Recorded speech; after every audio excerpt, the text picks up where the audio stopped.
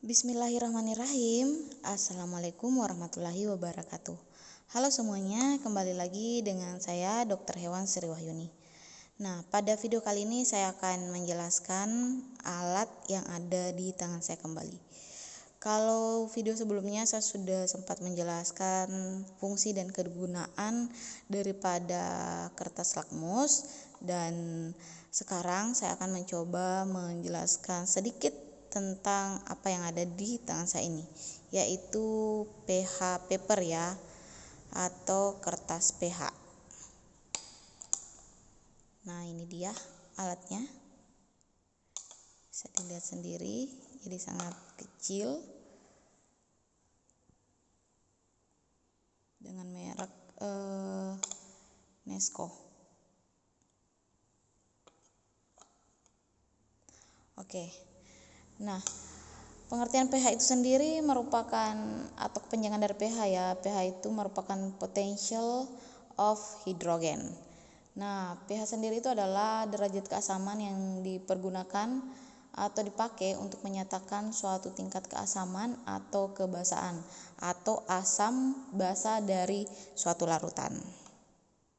Nah, untuk pH strip paper ini dia memiliki, atau paper ini memiliki 4 garis warna ya. Jadi bisa dilihat sendiri 4 garis warna tersebut.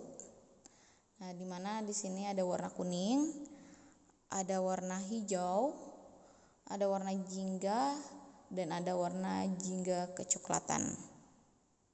Seperti ini. Nah, jadi ini merupakan strip pH paper yang sangat mudah ya yang digunakan. Jadi cara penggunaannya cukup dengan mencelupkan salah satu kertas pH ini ke dalam larutan yang digunakan dalam pengujian, kemudian setelah itu menunggu beberapa detik lalu memperlihatkan kertas pH ini menunjukkan di gambar di manakah dia berada.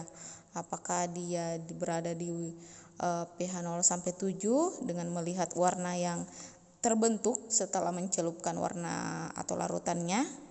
Kemudian kalau tidak ada di antara 0 sampai 7, nah kita bisa membaliknya dengan melihat apakah dia ada termasuk di berada di posisi 7 sampai 14. Ya, seperti itu. Nah, jadi kayak gini ya, ketika sudah dibuka dan kita mengambil salah satu kertas pH strip ya, seperti ini yang kita celupkan ke dalam larutan itu. Larutannya bisa apa saja ya, tergantung dari kalian mau melakukan pengujian apa. Apakah itu kalian mau melakukan pengujian atau pengukuran asam basanya saliva atau urin, atau mungkin bisa saja semen ayam, kambing, atau semen ternak ya, bisa atau apa sajalah yang sesuai dengan pengujian atau penelitian kalian kayak gitu. Nah, jadi di sini ada skala pH ya. Nah, jadi jika ketika sudah dicelupkan tadi ke dalam larutan yang diinginkan, setelah itu kita buka, kita angkat, kemudian kita tempelkan di antara skala pH-nya.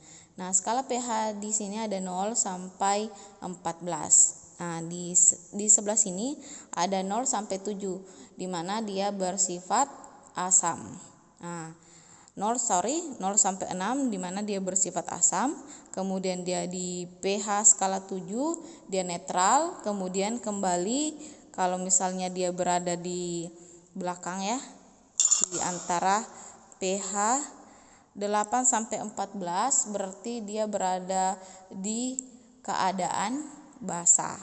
Seperti itu ya. Nah, jadi itu dia yang mungkin bisa saya jelaskan daripada fungsi dan kegunaan daripada kertas pH strip tersebut. Dan juga kalau misalnya ada pH meter yang dimana tinggal mengukur pH juga. Itu ada juga salah satu alat pH meter yang menggunakan alat. Kalau ini kan bahan ya. Kalau misalnya pH meter itu bisa menggunakan alat di mana menggunakan listrik, dan tinggal angka yang akan keluar daripada alat tersebut, apakah dia termasuk di angka 12, 14, 15, 16, 17 hanya sampai 14. Nah, itu tadi dia maksud daripada skala pH dari 0 sampai 7, kemudian 7 sampai 14. Jadi kalian harus pahami bahwa 0 sampai 6 ketika berada di skala pH 0 sampai 6 itu berarti bersifat asam, 7 itu netral. Kemudian ketika berada di skala pH 8 sampai 14 berarti dia berada di keadaan basa. Seperti itu. Dan tentunya kalian juga bisa menggunakan pH meter, di mana pH meter itu penggunanya lebih mudah lagi ya, karena alatnya itu tinggal dicelupkan ke dalam larutan, kemudian menggunakan listrik, dan yang muncul itu tinggal angka-angka yang sesuai dengan keadaan basa atau asamnya. Nah, bisa jadi langsung muncul angka 9, 10, 11, dan lain sebagainya. Kayak gitu ya. Jadi ini alat dari strip paper yang kita tidak perlu menggunakan listrik ya, tinggal menggunakan kertas ini aja. Kalau misalnya berada di lapangan, ini akan lebih mempermudah kita dalam pengujian atau penelitian. Kayak gitu. Oke, itu saja mungkin yang bisa saya jelaskan pada video kali ini. Terima kasih sudah nonton, dan jangan lupa like dan subscribe. Wabillahi taufiq wal hidayah. Wassalamualaikum warahmatullahi wabarakatuh.